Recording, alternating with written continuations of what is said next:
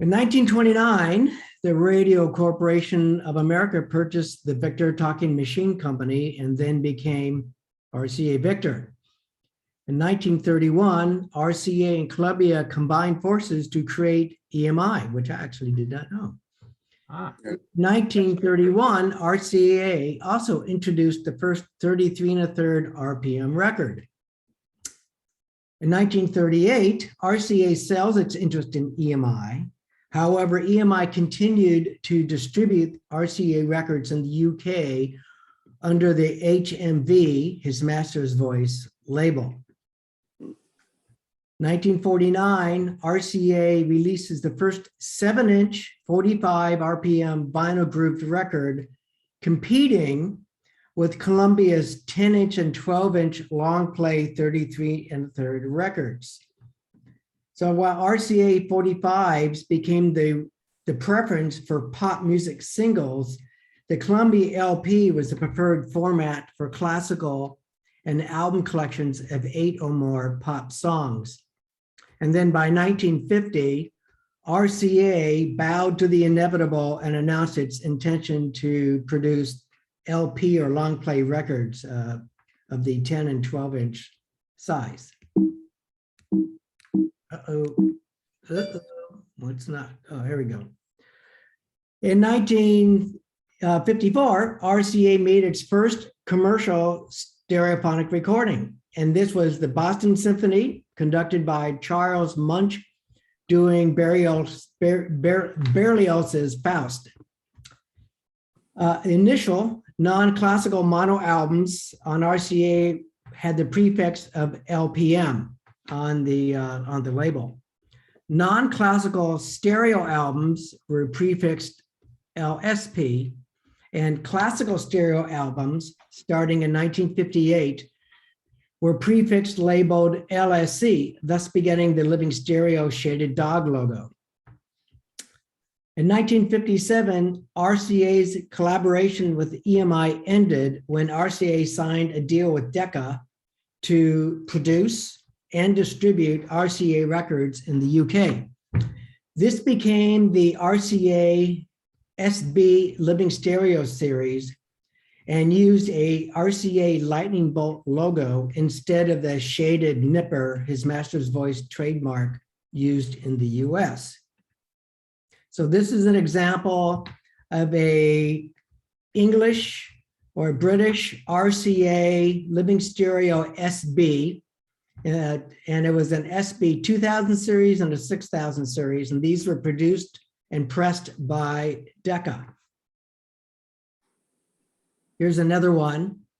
This is a orange label, Black Spot, as it's called, UK SBRCA, also pressed by Decca. And this is a red heavy vinyl RCA, UK RCA pressed by Decca. And I think this is interesting because at one point in a couple of our cocktail hours ago, I mentioned some record I had that I really liked that was an RCA Red Seal. And quite a lot of people kind of poo-pooed it. Oh, the RCA Red Seals are not very good. So I went back and looked at it, and it is indeed a 1969 Decca pressed RCA British Red Seal. And it's actually quite heavy. I didn't weigh it, but it's certainly significantly heavier than the thin RC, 1970s American RCA Red Seals that had been put on.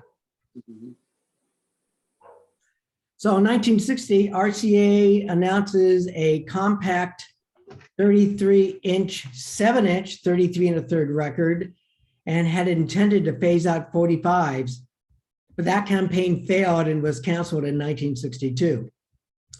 In 1963, RCA Victor introduced Dynagroove, adding computer technology, whatever computers they had back then, computer technology to the disc cutting process, ostensibly to improve sound reproductions, although everything I've read is that most people consider it a step backwards, and it actually tended to degrade the sound. And that was stopped 7 years later in 1970. In 1969, RCA sets up its own UK manufacturing and distribution process, ending their association with Decca. Of note, while the US produced LSC classical shady dogs tended to have quieter vinyl, the UK SB2000 and SB6000 series that Decca RCAs produced were considered by many to have better sonics. Decca used the same presses as their own SXL wideband deep groove series under the Decca label when producing the RCA SB series. So here is an RCA early or first generation RCA Shaded Dog from 1958 to 1959. And you notice that the living stereo at the bottom of the label is on the smaller side. Here's the next label from around 1959 to 1960. Living stereo is larger and trademarks is spelled out at the bottom left.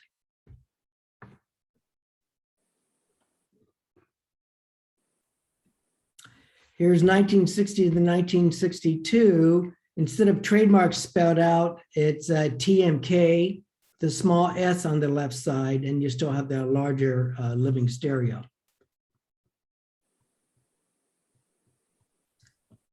From 1962 to about 1964, you lost the stereophonic, the stereo orthophonic high fidelity just beneath the dog.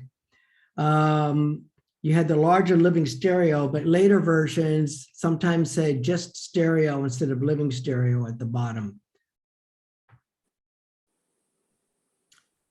In 1963 or 1964, they added, as I mentioned, there's added Dynagroove. So this is a Dynagroove label mentioned blazingly across the bottom. Mm-hmm. And then in 1962 to 1968, you lost the dog on many of them. And sometimes it said living stereo, sometimes it just said stereo on the bottom.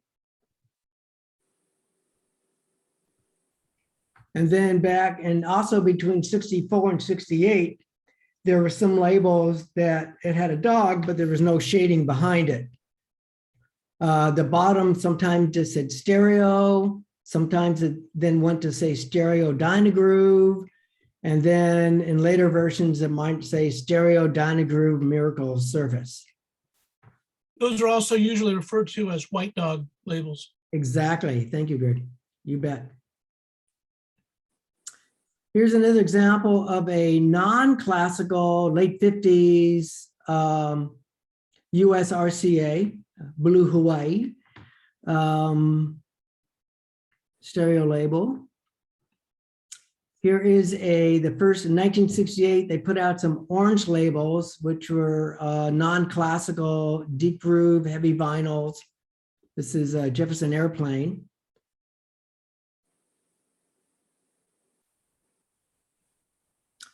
So let's get into dead wax. So before we talk about how to read the dead wax, we need to review how our record's made. So many of you know this, but I'm just going to go over it very quickly for those who may not. So you have the master tapes, and they're used to make a master lacquer, which is the actual engraving of the grooves and a physical analog of the original sound waves using a lacquer platter. The master lacquer is electroplated to create a metal master, which is a negative of the lacquer, and this is frequently or sometimes called the father. The metal master, or the father, is then electroplated to create a positive, which is called the mother. And then the mother is then in turn electroplated to create a negative, which can be used as a stamper. It's called the stampers. And the stampers, of course, used to actually press the vinyl. So each stamper can only be used to make a limited number of records before the quality significantly suffers. In general, one father can produce 10 mothers, one mother can produce 10 stampers, and one stamper can produce about 1,000 records. So in a 3-step process, which is more for mass production, from the lacquer to the father to the bunch of the stampers, you can produce about 100,000 vinyl records before an actual remastering is required, or before a new lacquer needs to be made. In the 2-step process, which are, it's not direct to disc, but there are some, you know, there's less steps in between, tends to be high quality, much more expensive. You go from the lacquer to a father, which is converted directly into a stamper. And with those, you can make about 11,000 records before a new lacquer needs to be produced. So within the dead wax, the information that one finds pertains to the year code of the cutting master. That's the year, I believe, that the lacquer was cut. The label or the master source. So was the record produced by RCA, or did a non-RCA company bring a tape to RCA to produce records for them? And then the next bit of information is the type of music, classical, pop, country. Then the next bit of information one can find in the dead wax is the master tape reel number. And I think that from what I've read, that just, there's a code, there's usually like 4 digits, like 1012, and it's the 1200th master tape that RCA had produced. I don't know if it's that year or in general sequence. I'm not really clear on that. The next bit of information is the sequential lacquer number. So that is how many lacquers have been produced off a particular master tape. If it was the 3rd lacquer, it would be, the number would refer to that. Then there is the mother number. So which number is it? The first mother, second mother, or third mother? The stamper number, and then there's information in the dead wax as to which plant actually pressed the record. I would say in doing my research on this, various sources gave very slightly different interpretations of how to read the information, but this was the most consistent bit of interpretation that I found.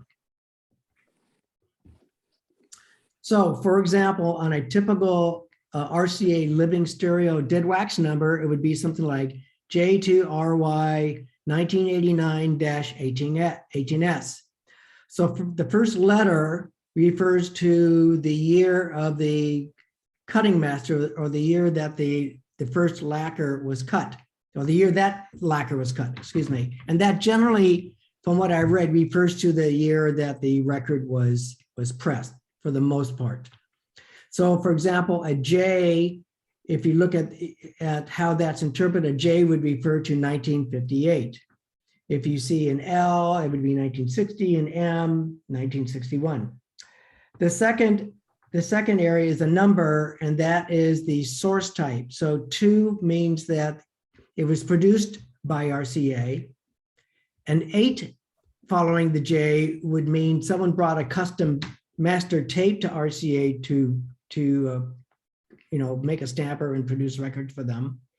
A 9 someone might actually bring a custom lacquer to RCA, and a 4 would refer to the X or the VIC labels. Now the X of the VIC labels, from what I found, was a offshoot of RCA that was in their own little label to produce black music in the early 1950s, blues and soul. Following that number, you would have another letter, so in this case an R, and that would refer to the musical category. So R represented classical, P was for popular, W for Western. The next set of 4 numbers referred to I'm sorry, there's a Y there, my bad. So the next letter is the speed, the type, and the actual groove. Groove meaning is it mono or stereo. So a Y would refer to a 12-inch, 33 1/3 RPM stereo. A P was a 12-inch, 33 1/3 RPM mono. And I put, because those are the most common that we'll probably deal with. I know there are some people in our group who collect the 7-inch 45s and whatever, but I wanted to have those two there. And I will be providing my reference information and sites, websites that I went to after this talk, and maybe we'll have it available on our SFAS website, so people can delve into this further if they want. Okay, so 1989 is the master reel tape number, and then you have a -18S. So the number refers to the sequential lacquer number. So this would be the 18th lacquer produced off the master tape. And the S, I believe, no, actually I think the 18S refers to just the sequential lacquer number, and we'll get into the other stuff in a second. Okay, and then about a third way away from the matrix number, you'll see a code along the lines of A3 or B1 or C2. The first letter represents the mother, and the second, and the number, the stamper. So the first 4 mothers would be A, B, C, D, and the first 4 stampers off a particular mother would be 1, 2, 3, 4. So A3 means it's the third stamper off the first mother. And A1 would be the first stamper off the first mother, and will generally have the best sonics. And then a little further away in the dead wax region, on the RCAs, there's a pressing plant code, and there'll either be an I, an R, or an H. I was for Indianapolis, which from my research was considered the best pressing plant. R was Rockaway, New Jersey, and H was in Hollywood. So here's a personal example from my collection. So this is a LSC 2362 Berlioz Symphony Fantastique. Okay. And so we're looking at the label, and what's interesting is that if you look at Discogs, they said this came out in 1960, and if you look at the bottom here, there's a TMK at the bottom left, which would indicate it was produced from 1960 to 1962. And then if we look at, and can you all see that's the dead wax, and it's a K2RY 4240 5SA1. So this actually, K would represent 1959. So I'm going to guess that that was late 1959, because the label is a 1960 label. And these things weren't exact, so there was some bleed from one year to the next, where they would use a label, finishing them off until they got into the next labels. So 1959, the 2 would represent RCA, R for classical, 12-inch 33 1/3 RPM stereo. And there's a 5S, so it's the 5th lacquer off the master tape. And the A1 on the side, which is good for me, show that it's the first mother and the first stamper off that mother. And this does actually sound pretty darn good. And that is my talk on Shady Dogs. So I'm going to, before I get out of here, does anyone have any questions or want to look at anything again? You mentioned the genres of basically rock, pop, and classical.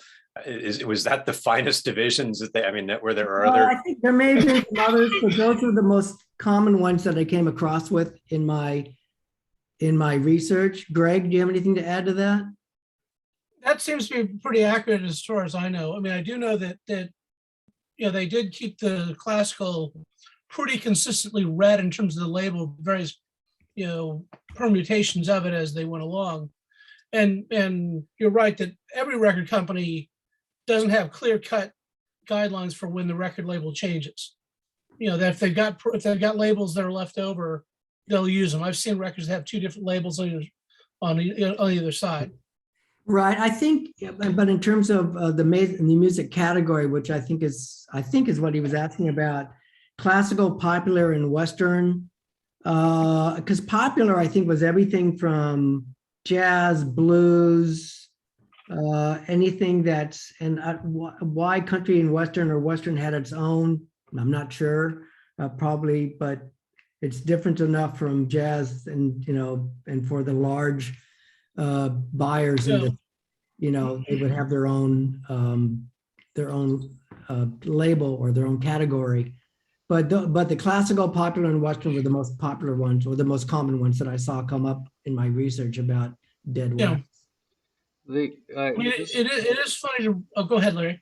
I was just going to say that's a great job, Jim. And I think what we've heard in the past from like Fremer, unfortunately, that different labels use different systems, and Oh yes.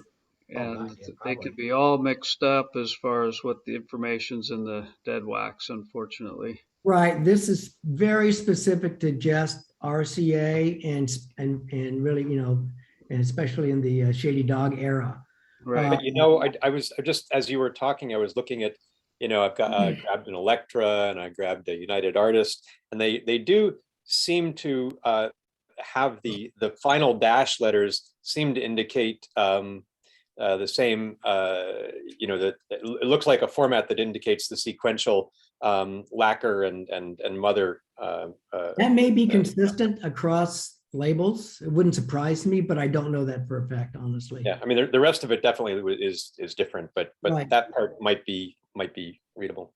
Right, and I'm happy to research this, and we can do another talk if people are interested down the line on, for example, on Columbia. They had their own Dead Wax and their own labels. You got the 6 eyes and the 2 eyes and the red 6 eye or the red 2 eyes, and that's really an interesting subject as well, because Columbia was the main competition during this time period with RCA.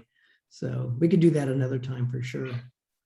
I'm going to unshare. I can figure. Jim, Yo. will this be available to us that somehow we could print it Yes, out? I think you absolutely. said that. This PowerPoint and the PowerPoint, and let me stop sharing. Here we go. The PowerPoint and my research links, I'm going to put out there. So I think Larry will put it on our SFAS website. And if you want, I can, let me do one thing here while we're talking. One quick second, if I can do this. Give me a minute.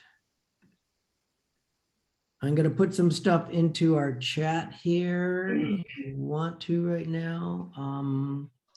One moment. Let's find this.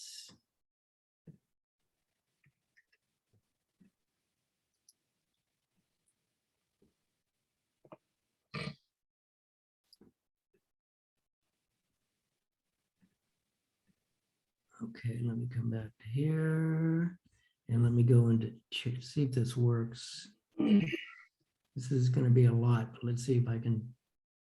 You're going to let me paste it?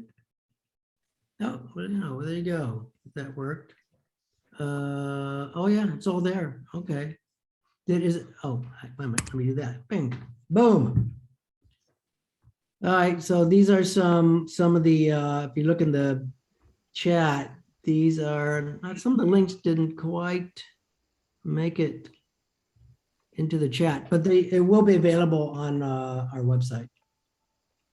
That's perfect. So the second part of our talk today, I was hoping we would all share some of our techniques for cleaning records, what we all use, and maybe we could learn from one another.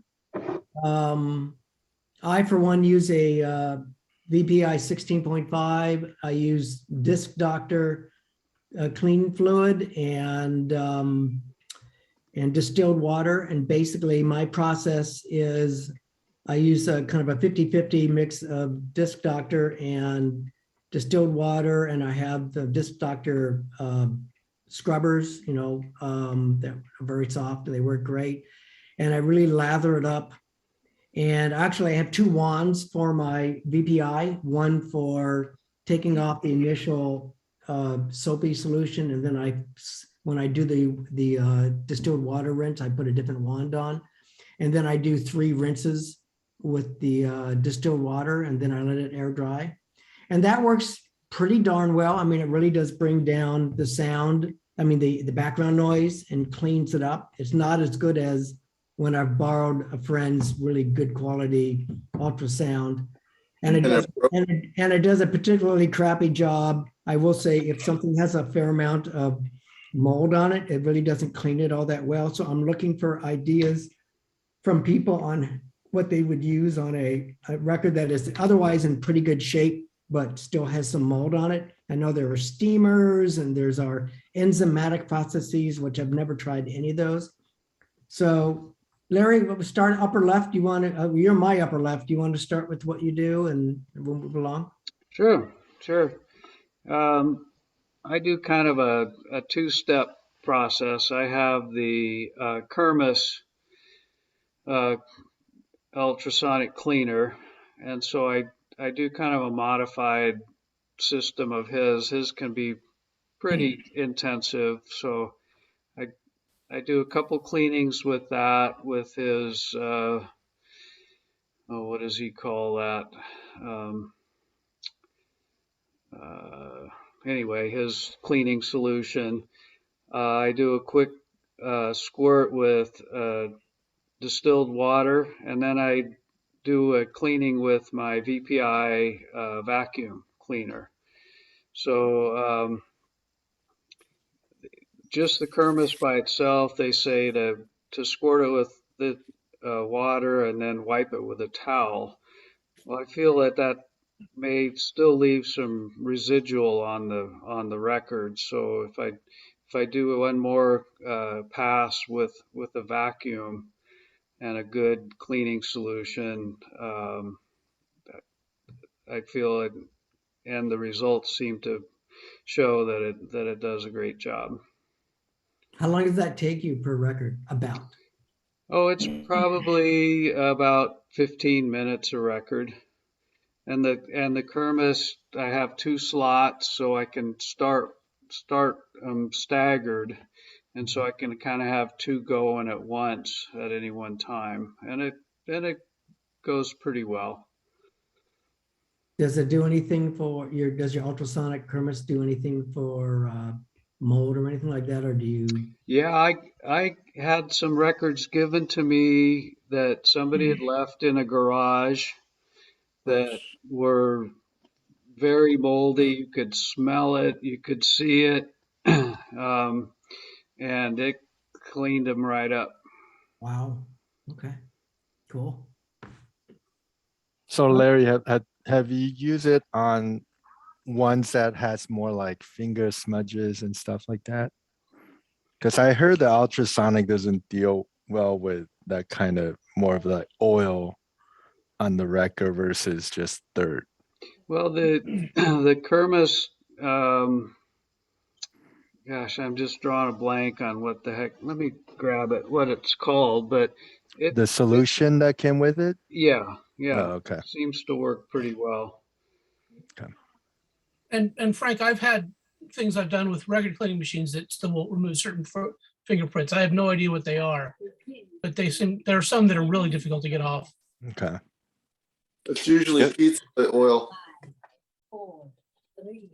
Pizza oil. I'll That's mention what I have the Kermis also, and just as an FYI, you can use a little isopropyl alcohol mixed into the solution, and that does help to cut grease a little bit. Okay. All right. Cool. Yeah. Bernie? Oh, go ahead. No, finish up, Oh, Larry. sorry. The bath has some isopropyl alcohol in it, and then the cleaning solution, I don't know, he just calls it vinyl restoration stuff. But I also read about this stuff, which is more of a surfactant soap type stuff. And you can just put just a little bit in there. What's And that called? I can't read the label. I'm sorry. it's called Isonic Ultrasonic Vinyl Record Cleaning Solution Concentrate. And I bought 2 of these bottles. They'll probably last 10 lifetimes. So I'll put it like a quarter of a cap full of this in the cleaning solution too. And are you doing your rinse with distilled water? Yes, yeah. Okay. Bernie, you want to share how you clean your records? Yeah, it's very simple. I mean, if I get a real dirty one, which I have very rarely found, I would stick it in the sink, clean out the sink and wash it with soap and water and then rinse it thoroughly and then do that. But most of my records don't come like that, so I don't have to mess around with that. And Okay. I'm lucky, I have one of those 16.5 VPIs, which I really do like. It's very simple to use, no hassle. I use the VPI cleaning solution, and then I use the last cleaning solution. And what I do is I just stick the record on there and I clean it very thoroughly, and maybe more than I should, and turn it over and do both sides, let it dry. And I do about a dozen at a time. And then when I'm done doing that, I go get all my last stuff, the stuff from Livermore, and I put the last on the records after they're clean.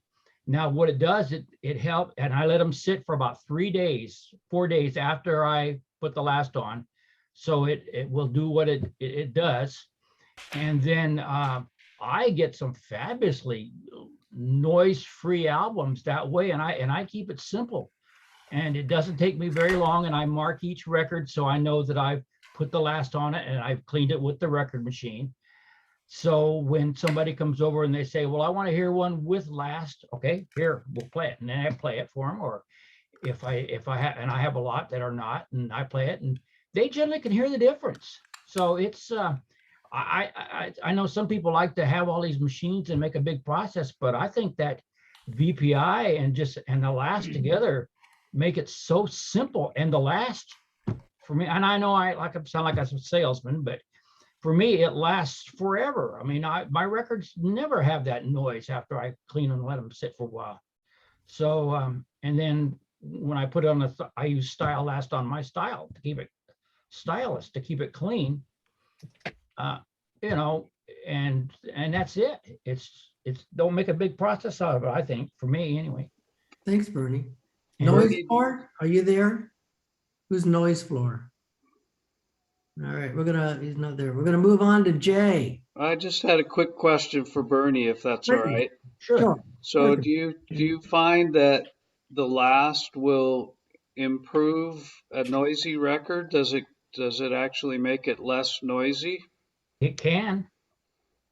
Oh, yes. Oh, yes, because I've had some that my first album was, as a kid, was Victory at Sea. And I must have played that with my Magnavox 100,000 times. And then I cleaned it with the VPI and put the last on it and did my thing. And it was, to me, 100% way better. And that's my old RCA stuff. So, you know, and I think that it's as quiet as it could be, considering. Okay. Jay? Yeah, sure. So I use the base model of Nitty Gritty, and the main reason is I'm just used to it and like it and know the ins and outs. The last one I had, I just replaced it with the same thing when it needed repair. So I'm used to it. Will I get something else? Yeah, probably, but it works well for me. For for fluid, I mix my own formula based on some articles I saw on vinyl-engine.com, the website. And so my formula works very well. So sort of tinkered with it a little bit, but it's 95% distilled water and then 5% alcohol, isopropyl alcohol. Then for surfactant, I use something called Triton X100. That's 0.1% of the total solution. It's very, very concentrated. And there's another substance I use called Virex2, which it's something that it's fungicidal. So Jim, if you're looking for that, it's very super highly concentrated hospital grade disinfectant that's anti-fungicidal, antibacterial. And so that's 0.1% of the solution because it's too powerful. You can't even touch it. I mean, it's dangerous. So it's so powerful. So in that small amount, I noticed a difference when I added it. It took out basically made things quieter, took things to another level. And so I'm pretty happy with it. And so, yes, I'd like to have things as quiet as possible. And I hate static, and this is really good at taking out static as well. Jay, Could you- would it be Please. possible to have you get the actual recipe Yes, of to us course. if that's agreeable? Sorry, Manrique, go ahead. Yes. I was gonna say, Larry, if we get multiple recipes, maybe we could put a little article or have a place in the website where people can go and Hello. look them up. Yeah, I can add something. We can put it under the forums. We can put a little vinyl discussion group forum and put our recipes and stuff like that. And that's where I could also put the link to your PowerPoint presentation as well. Okay, that'd be Yeah, great. good idea. Hey, Frank, good to see you, Frank. Me, yeah, good seeing you guys. Yeah. Kind of somewhat in, combination of what Larry and Bernie had discussed. It just depends on in what condition, the record comes in, and then, if it's really dirty, I do what more similar to what Bernie does is I rinse under the sink to make sure, anything on the surface, can kind of wash it off. And then I actually manually scrub with, I used to use this Doctor solutions. I bought one, I think 20, 25 years ago. And I think I still got, about 8 ounces left from that. So, I was like, I'm not sure how many can wash. I've washed over 1,000, 2,000 already with that. So it's still going. So I got to scrub it. And I had for a long time, I had the nitty gritty and, basically I only put distilled water in there. It's a last rinse. If something that's, really, really dirty, I might use a steamer to, with distilled water to kind of spray a little bit just to get anything that might be really sticky on there off. And then, I then use the nitty gritty to kind of, do the suction with just, with distilled water. It's a last step and then let it dry. I actually recently, that thing kind of died. I was off for a long time. And then this past year, I just decided I was going to clean some records. I was on the road for I was cleaning every day. And I think I cleaned at least about 500 records. And then it kind of died on me. And so I had purchased Ultrasonic, the KL Ultrasonic cleaner Nice. last year. So they were closing out. So I'm like, hurry up and kind of grab one of their last units. So now that kind of goes into the rotation. So I haven't cleaned any super dirty ones. So I'm not quite sure how I'm going to deal with that. But the KL one, their recommendation was just use distilled water. And, I've been doing that. But I add about a few drops of this doctor solution. It's already diluted. Just add a few in there, and I've been basically running. I think you can set the time.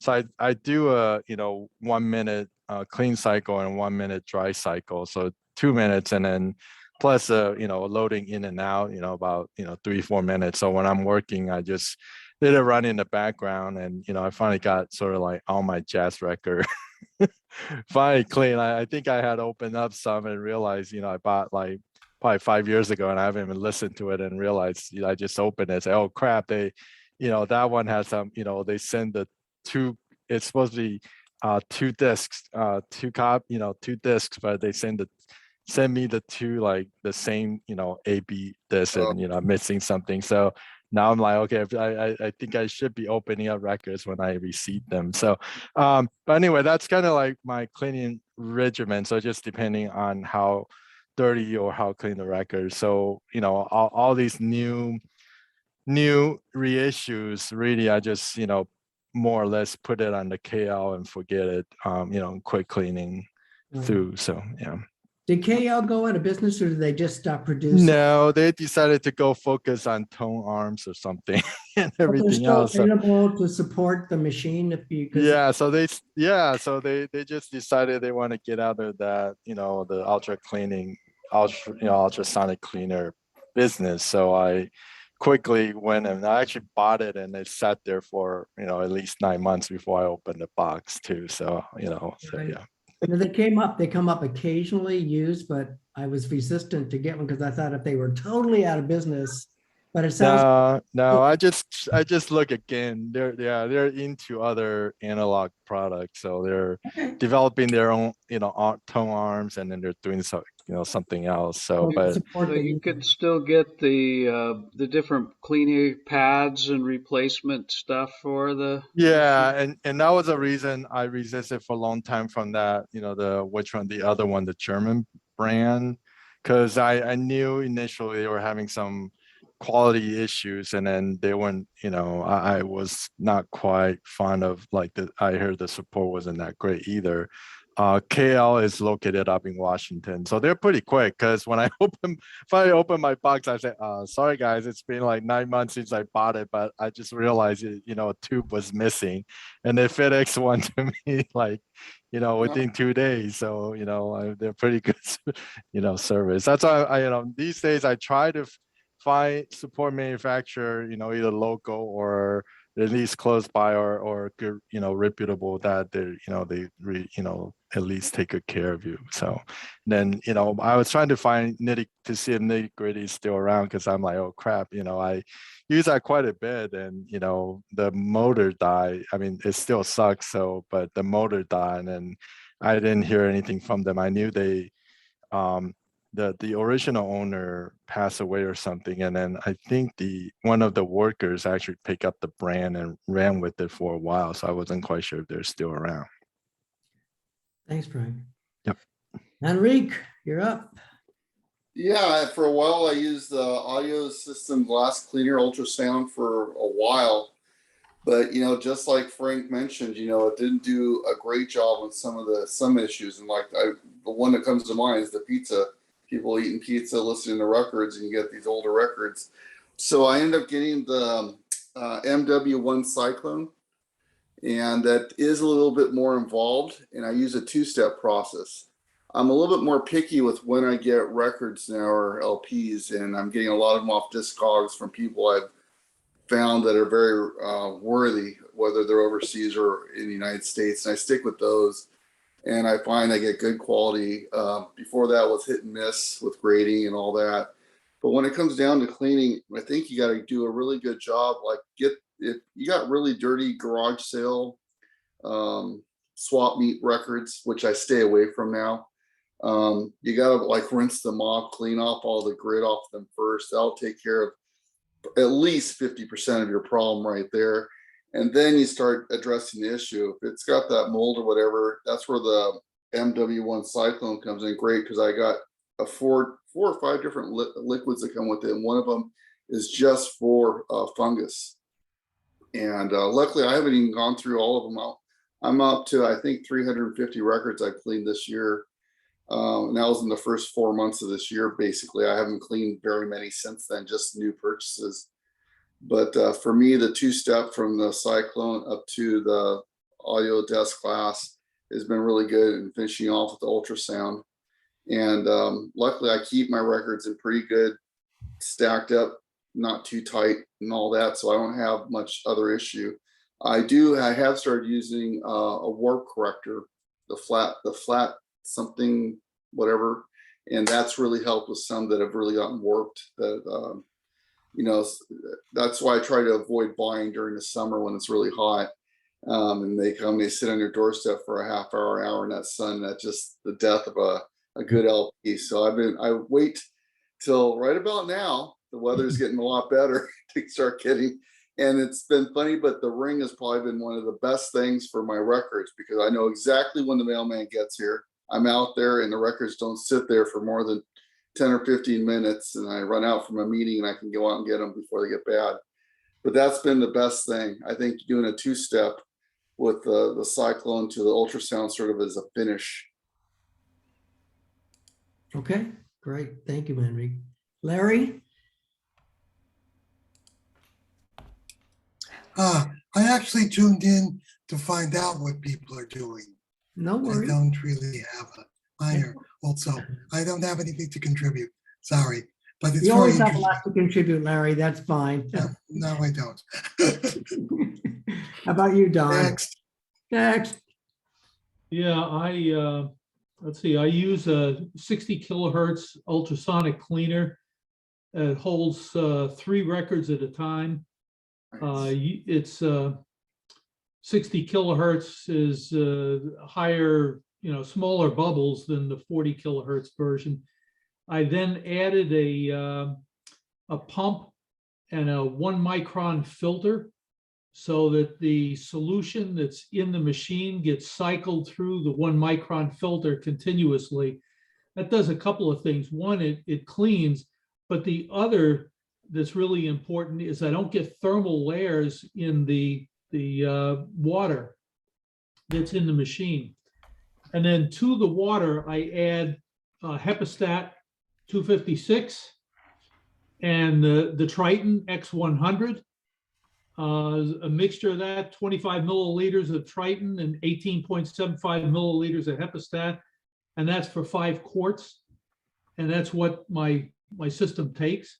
So once I get it through all of that, then I take it out and I spray it with water,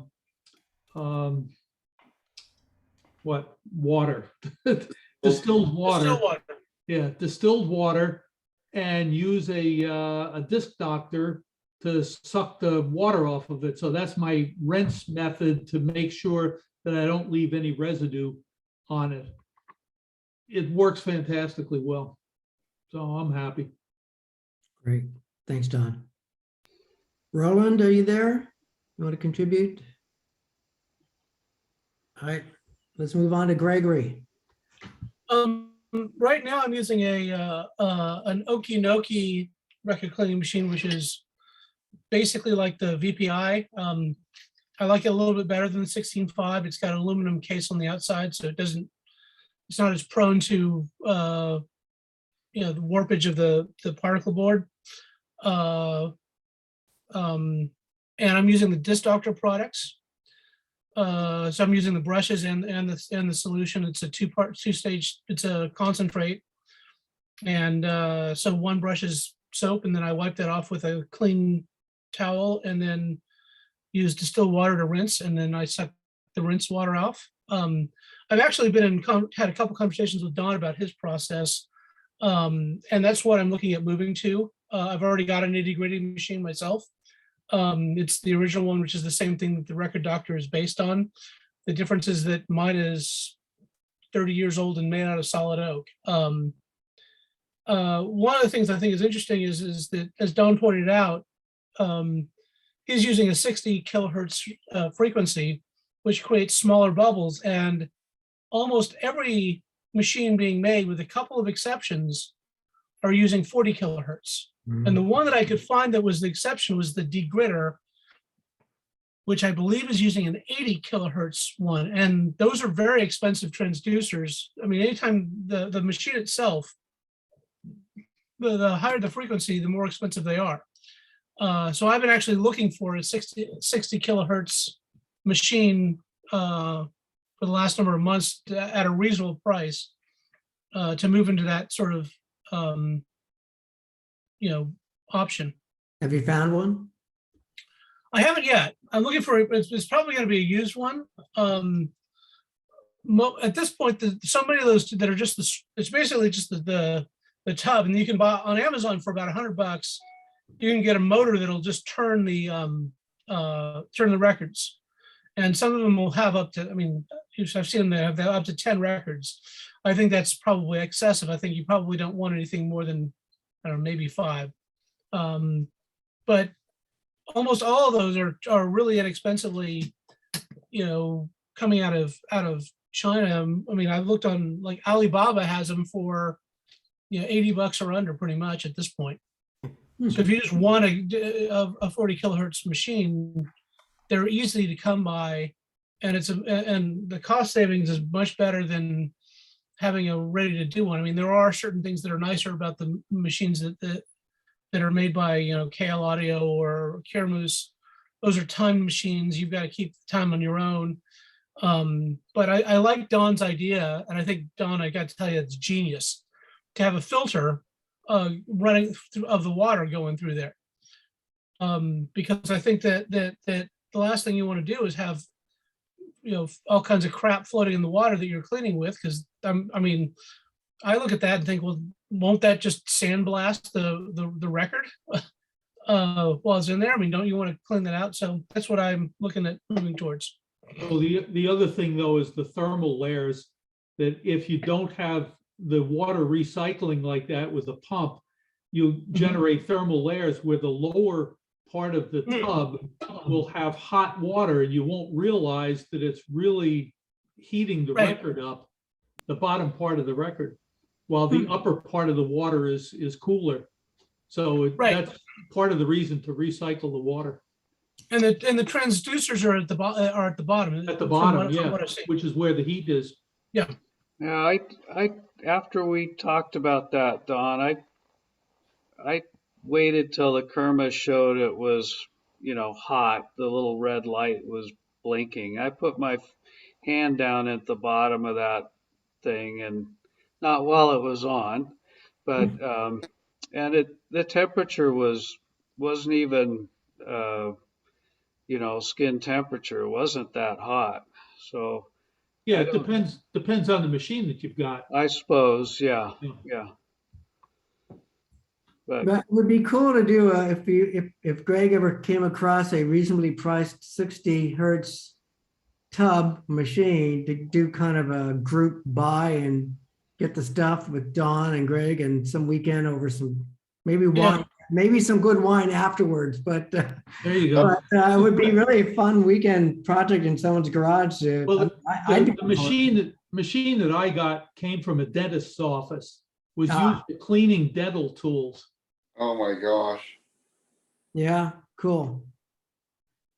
Yeah, I just haven't found. I mean, the problem is that I've found machines, but they're exorbitant. I mean, some of them are. I mean, one of them was like $1,200, which I guess if you wanted to do it, you could do that. But for that kind of money, you can buy a ready-made machine that's already ready to go. Yeah.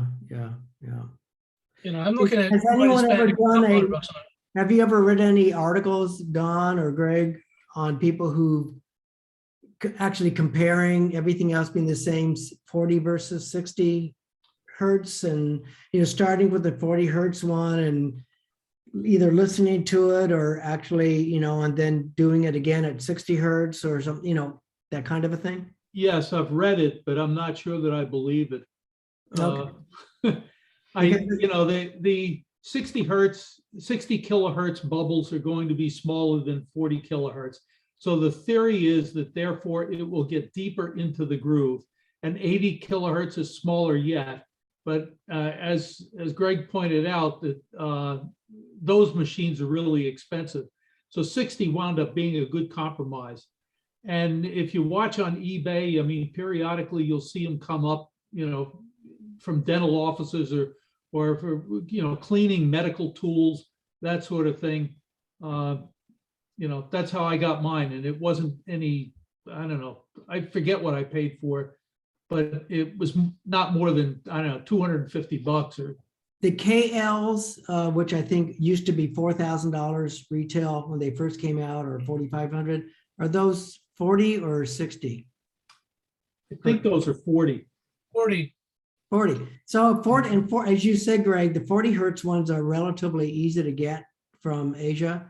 I don't know, again, if people in the group would be interested, I know I would, in, finding, doing the research and finding a good one and going in and buying a bunch of them, and whatever the parts are for the water recirculating, and just getting together and putting So it. if you wanted to get the same thing that Kermis sells from China, I mean, so that's what I did. I was curious. We don't advocate Ultrasonics, but I wanted to see what one was, but I didn't want to pay his price. So for 200 and some bucks, I got the same machine.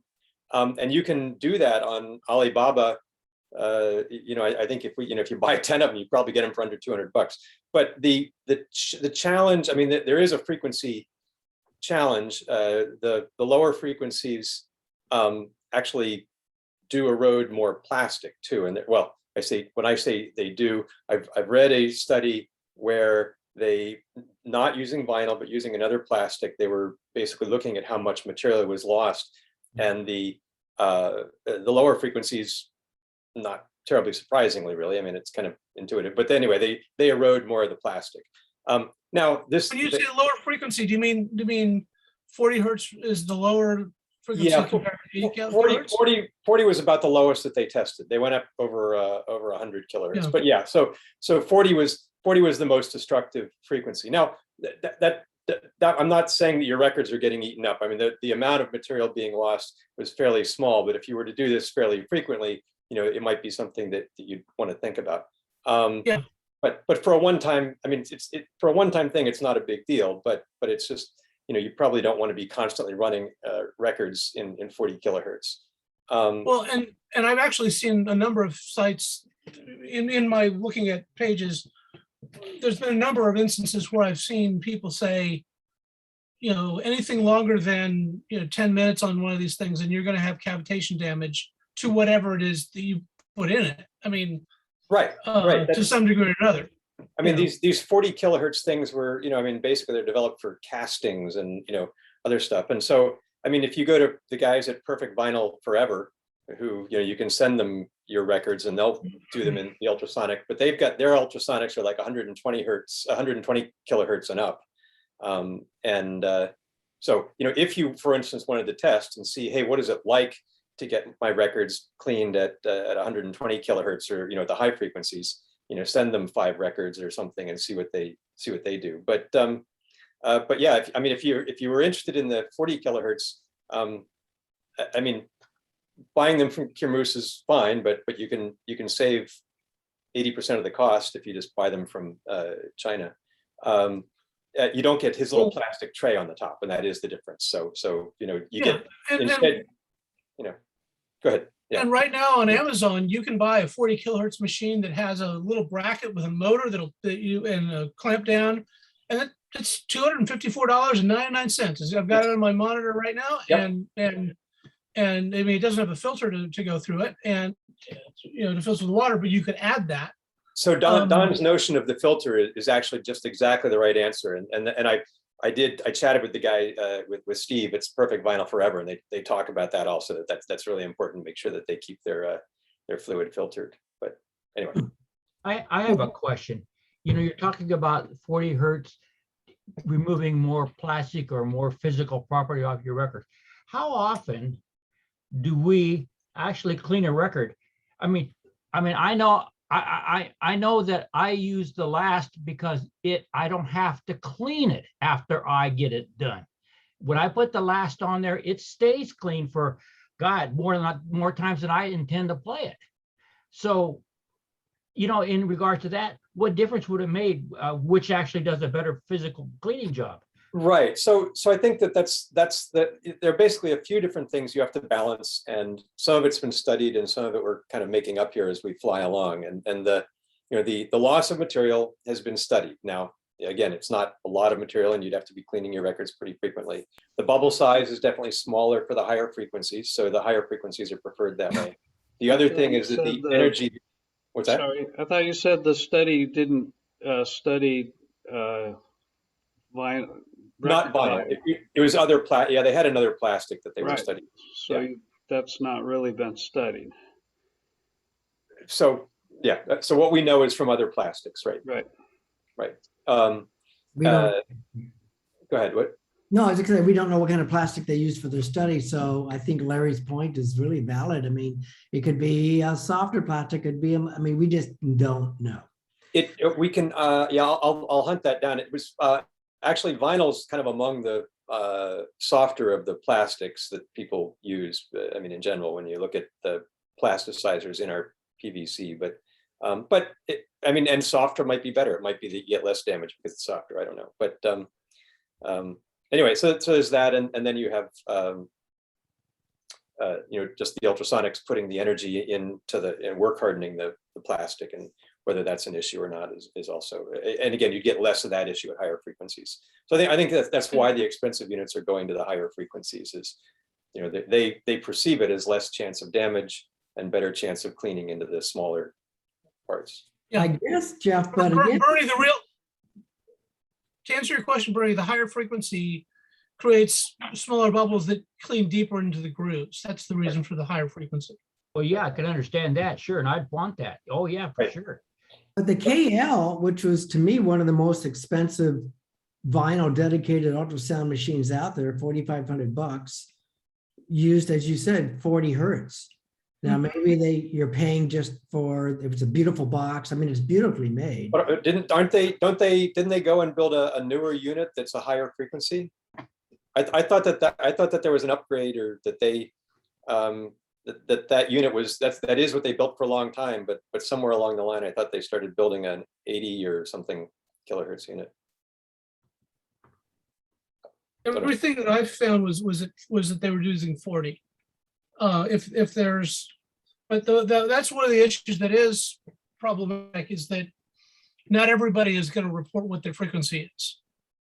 I mean, the degrider does, because they're very proudly just demonstrating that they're using 80 kilohertz. That's $2,000 too for that thing. Yeah. But that's very pricey. Yeah, here's the frequency frequently asked questions on KLA audio. What are the specifications and frequency of the ultrasonic transducers you use? And it has the model number. It uses 4 50-watt, 40K kilohertz ultrasonic transducers, placed perpendicularly to the disc, 2 on each side. And then it goes on. But it's definitely 40 kilohertz. Okay. Yeah. Anyway. For those of you who'd like to read it yourself, it's in the chat. Jeff, do you want to clean your records? What do you use? Sure. Well, of course, I'm here at the last factory, so I will avoid doing a huge ad. One of the questions that comes up when we talk about cleaning is, the difference between most of the people on this screen. I suspect that once you have a clean record, it stays pretty darn clean. And so, it probably doesn't go into the ultrasonic or under the VPI or the nitty gritty all that often, because you take pretty good care of it. And that's partly who our customer base is. We have the all-purpose record cleaner, which is sort of the wipe down the light bits of dust. But I thought, just for fun, since you gave us 5 minutes, I made a 2-minute video for you a couple of minutes ago that I'd like to share. This is, I took a fairly new record, not brand new, and it looked like I had more damage on it than I thought. But anyway, Jake Shimabukuro, and I'd been eating. I'm here at the factory, dinner's at home, so I've been eating salted nuts and dried raisins and things. So without washing my hands, I kind of smeared my fingers around the record a bit. And I'm going to show you. It's just I'll put it into one video. You'll see the pictures on the microscope. I run it through we have a VPI, but right now actually the Okinoki is the one that's on the top shelf, so that's what I use because it was easy to get to. Of course, I will tell you here, and you will see in the video that I used the last factory's record cleaning machine fluid. I won't pretend that that's the only way to do it, but it does do a good job, and it does do a good job on the finger oils and that kind of thing. And so you'll see me go through that, and then and I do just a quick playing in between two of the songs, so you can hear the dead space in there, and you can hear that it went clear. And I'm going to pop that up here. So I think you can all see and hear. Is it at least on the screen? It is. All right, here we go. Okay, before I go into the VPI, real quick, we're going to hit the microscope. There we go. Ooh, that looks grand, doesn't it? Yeah, okay. You're going to see some goop in there. All right, that's the record we're looking at. All right, let's get that over to the VPI. Hang on, here's our VPI. Give me just a minute. Sorry, I said VPI. Actually, this is our Okinoki. Got the record put down on there. We grab some of our RCM. Last factory RCM, get that on there. That looks good. And we're going to take it all the record. There we are. So, make sure, by the way, I'm doing this very, very lightly. But when you clean, you do want to, there's no reason that you think that one simple wipe is going to be the end of the job. And remember, these things don't turn very fast. It's not as fast as a turntable. So it does take a little while to get even just a couple of good spins out of it. So anyway, but there we are. That looks like a pretty good clean. I'm going to throw this on. Oops, one hand. Back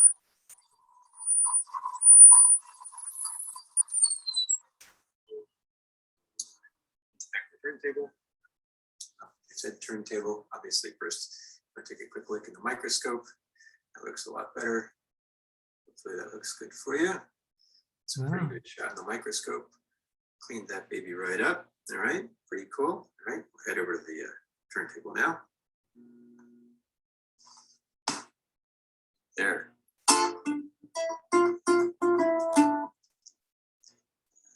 Pick up just in the middle grooves here, just so you can hear also between tracks. Okay. All right, pretty silent stuff. So that's what we do. All right, that's the shortest movie you'll ever see, but there you go. A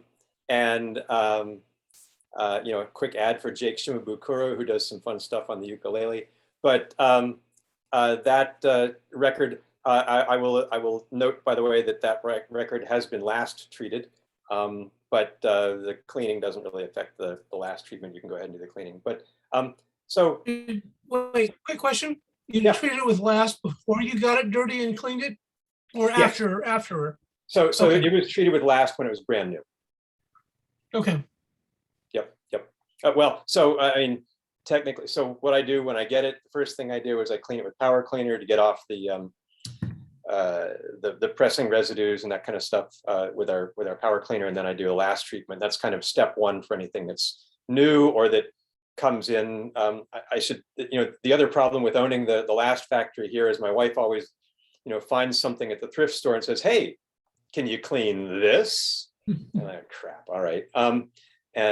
So I get the challenge a lot. So usually I start by doing a cleaning, a power clean, a last record preservative, and then whatever happens after that. But that's where we start. I would say, obviously I'm pushing our materials, but the vacuum, I really like the vacuum-based cleaners. I feel like if somebody wanted to grab your records by hand every time they play with them, you could use the vacuum machines as often as you want, and there isn't any notable damage. And I mean, the Ultrasonics are grand, and they probably are more deep cleaning into the bottom of the groove. But I still have this thing in the back of my head that bothers me about long-term issues, but that's probably more a mental issue than a plastic issue. Thanks, Joe. Great little movie. Janet, do you want to share with us? Do you clean vinyl very much, or anything you want to add to the group? You're muted. You're muted, Janet.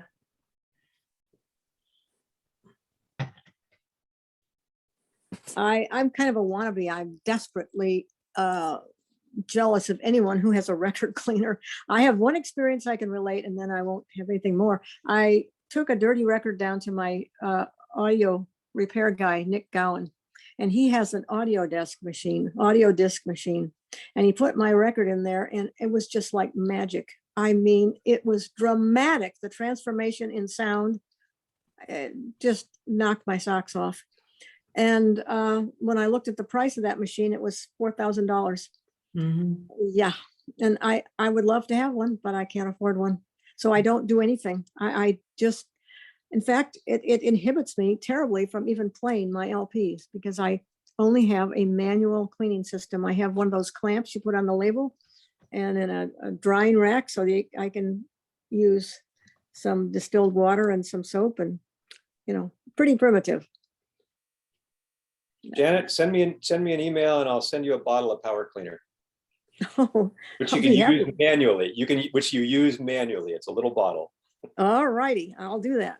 Thank you. Jim, may I say something? Yes, of course. To Janet. Janet, before I had my VPI, I was aware that clean records sound better. So I went over to Home Depot and I bought a 2.5 inch or 2 inch, one of their best paintbrushes that I could get a hold of. And I came home with that and I cleaned up my sink. And I mean, I cleaned it. I took everything and I cleaned it with everything in the world. And I wanted that sink clean. And then I put just about 2 tablespoons of dishwasher detergent in there. And I started cleaning my records by manual, and I'd get about 20 of them. I'd do them all, and I had a vinyl coated, a couple vinyl coated racks like you put your dishes in. Right, I've got a special rack that's very soft and safe, yes. Exactly, and I'd put them in there and I'd let them dry thoroughly for about 5 minutes. And then I'd go ahead and then I would put, and I am not trying to promote the last, but this is what I do. I put the last on there, and it didn't do as good a job as the cleaning machine, but it was way better than just trying to last them and without doing anything to them.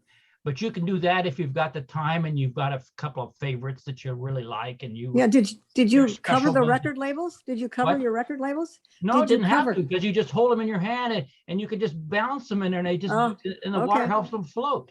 And it's just perfect. It worked out. You can do it like this and it just helps them float, and it gives you a little back support. So when you're cleaning, you have a little bit of, bit of just friction in it, but you want to get the very best paintbrush you can find. Yeah, I know. Like the boar bristle, the special bristle, the high priced paintbrushes. You probably don't want to do that. I mean, that's something that you might have done once upon a time, but I'd say you probably don't want to do that now. I mean, I don't think you want to use regular dishwashing liquid. You certainly don't want to use tap water for distilled water. It's much better. I know that. Yes. Absolutely. Prior to getting my Okinoki, what I did is I actually used I didn't have an Okinoki. I used in the nitty gritty that I still have. And what I did is I cleaned I went out to Goodwill and bought a turntable and took the platter off of it and hacked off the bearing to give me a nice flat surface with a spindle to put the record on. And I did my cleaning on that. And then good idea. Yeah. And so I did, with the Disc Doctor stuff, there are 2 brushes. One is for soap, one is for rinse. And you use the soap one first, you wipe it off with a clean towel, rinse with distilled water, suck it off with a cleaning machine, and there you go. But their system is also designed so that if you wanted to just wipe off the distilled water, you could do that too. I think that a vacuum cleaner works is a better option. Yeah. But I don't think you want to use just tap water, and I don't think you want to use, and with so many products that are around now that are specifically designed for this, don't use Dawn. No, I I forget what regular tap water does, but it leaves a residue that's not Oh, good. it's terrible. So we did some testing here because we use, well, we have RO and DINI. We, you know, our stuff is kind of over. I mean, we do it, it's overkill. But we did test the water at the grocery store. You know, your basic distilled water in a bottle, and it's actually pretty darn good. I mean, good. you know, we could use that to make product. We don't. You know, because we don't. But you, if you go and buy the gosh, I shouldn't tell you this, but yeah, you go and buy the dollar bottle, you know, gallon jug of distilled water.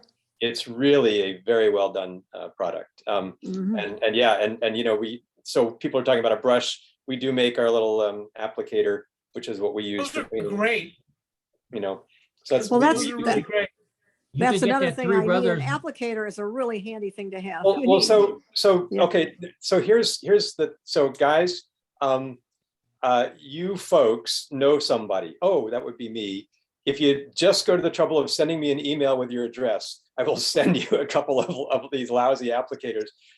It's easier for me to send you two of them than it is to even figure out how to charge you for them. Oh, goodness. If anybody would like to play with them, I'd be delighted to have this group playing with the applicators. We have, I don't know if you guys ever saw the video, we'll do it sometime, of the machine that makes these, but it's a 40-year-old machine made of lab surplus parts. That's scary and dangerous, but it's a lot of fun to run. And so we crank these out. So anyway, I'd be happy to send you a couple. I actually forgot to mention something. One of the things that I've picked up off of Amazon is it's basically like a lint roller, but it's designed for records. I've got it in the other room somewhere. And I do that as the first wipe off to get the real heavy stuff off before I go through the cleaning process. And those aren't that, I mean, I think it was $10, you know. Does that what? Does that concern you? Do you think, I mean, does that leave anything on there? Do you think that that's a, I mean, that's a silicone-y kind of a. Yeah, but I'm going to be doing a vacuum cleaning and you know, right after that. I mean, that's the thing is that I look at it as I do that with it's in my hand, then I'm thoroughly cleaning it afterwards. Yeah, cool. So All Jeff, Does that work when you're going to play the record too? Just before you play it, you know, sometimes they'll have dust on them. I use a Hunt EDA brush for right before, and I'll be honest, it's like I don't clean every record before I play it. I mean, if it's a brand new record, something it doesn't do. So I actually have two Hunt EDA brushes, one for records that I haven't cleaned and one that I have. And the only reason they don't do it for between everything is sometimes I get a record, I just have to hear it. Yep. Yeah, we've had so much dust that I even went to, well, when my furnace went last year, I bought an electrostatic air cleaner by Honeywell. And I run that thing on my thermostat. It runs 15 minutes every hour. And I can't believe how much hello, the are you dust there? has gone down over the year. Hi, Jay. And How's it going? Oh, pretty good. Janet, can you mute yourself? Somebody did it. Somebody already did it. But anyway, it's no, that worked great, but it just controls the dust, you know. I mean, I dust each record off before I put the needle on the disc. I think that's really smart. There is the little arm that you can set up on your turntable that also removes, that drains static. There's a common one on eBay or wherever that's all carbon fiber. And those are okay, but the carbon fiber in those tends to chip off. We see bits of carbon fiber in the records afterwards, but there's a new one. Actually, I'm working on trying to figure out if we can distribute it, but it's a goat's hair brush with just a couple of bits of carbon fiber in the center of it. And other than that, it does the same thing. It rides on the record and basically removes any of the last little bits of fluff and dust that come out of, you know, your hair and wherever else as you're standing there, and also takes care of your static. So Is that like the the dust Hudson Hi-Fi? what's that? Oh, Hudson Hi-Fi does market them. In fact, and that's the one that I started with here. I'm at the turntable here. I'll show you. Oops, sorry, there we go. So it's that one basically right there. So you just drop it on. There's a wire that goes from the back to the chassis, and the trick is, let's see if I can get it into the screen here. I don't know if you can really tell, but it's a goat hair brush, but right in the center, I don't know how well it's going to work. Right in the center are a couple of carbon fiber bristles. So it drains static at the same time. And this one's been modified a bit for my purposes. But anyway, that's and there, yeah, the Hudson Hi-Fi one is the one that has the goat hair. And so we were kind of looking at whether we could distribute something like that. So, but yeah, so that's a nice static and dust solution for, out here in Livermore. You can filter all the dust you want and open the door and you've refilled the house. That's where I got that idea about the electronic air cleaner when I lived in Livermore. Yeah. I had one there too. Yep. So one thing I discovered, I was looking online earlier today, and I'm curious Jim. if people have noticed that there's Hudson Hi-Fi also makes what's called a UV stylus cleaner. Now, I don't know what ultraviolet light would do cleaning a stylus. I think that that's something that would kill germs, but I don't know that germs are a major issue with our records. But it looks like it's in fact, I'm gonna. I guess your stylus won't get COVID. That's good. I'm trying to find the website. It looks like it's an ultrasonic cleaner. I've seen those. And so I'm trying to write two different things at the same time. And I'm curious if anyone has used anything like this. Is there physical buildup on the stylus though that you would try to remove? Like maybe small, very minute parts of dust, because none of these cleaners are going to get it off 100%. So I just sent there's a link now to everyone on this product. And it reminds me of an ultrasonic cleaner that another company was making, but the other company was making it for $150. I don't remember the other company. I had that, I looked it up. But this one is $35 on Amazon. I mean, the issue JR, too bad he's not on the talk, but he had mentioned that those gel kind of cleaners, like the Onzo Zero Dust, leaves stuff on the stylus, and so you want to get that off. And he said that's actually kind of hard to get that off. You're just using a brush and fluid because it kind of sticks on there. This system looks like it's a pretty good system, but it's $35. And I don't know if anyone had. So we've talked about this, about the Onzows and the DLs and a couple of other, Yeah. What are your thoughts? So so yeah, it appears to be a silicone, and silicones, unfortunately, and I will admit that even the last stylus cleaner is not targeted for silicones, right? I mean, that's not what you expect. So so we don't know of any cleaner at the moment. So what I actually have in the other room is a whole collection of chemistry that we're going to be doing a little bit of experimenting with, because you want to be able to get rid of the silicone. You obviously don't want to dissolve the epoxy that holds the diamond, and you want to be safe for the rest of it. And you don't want to leave the residue. But there's some interesting heptane, hexane combinations that I think will be safe. They'll evaporate quickly. They'll dissolve the silicone, and then get out of your way. Now, you probably don't want to use them on a daily basis, but if you have an issue with silicone pickup, whether it's from these cleaners or some of the sprays that people used to sell for records, this would be kind of one of the ways of getting it off. So I'm working on that, and at some point, if somebody wanted to be a guinea pig after we've tested around here for a little while, we might do some of that too. But that was his. We've talked about that. Yeah. So you're talking about things like Groove Glide glide. Yeah. Which I believe was a silicone spray that came with a pad. Yep. That stuff was awful. And I've seen records where people had put that on there, and you could literally see the stuff. They put too much of it on there, and it makes for a very quiet record because you're basically adding almost a dry lubricant into the groove. However, you're not getting a real good accurate read of what's on that record. Yeah. When you say quiet, it includes quieting the upper half of the frequencies. Exactly. Exactly. That's not quite the quiet that we're looking for. So yeah, no, I agree. Yeah. So I made that mistake 30 years ago and have regretted it ever since. I think I've got most of them thoroughly clean, but I don't know if they're all, done.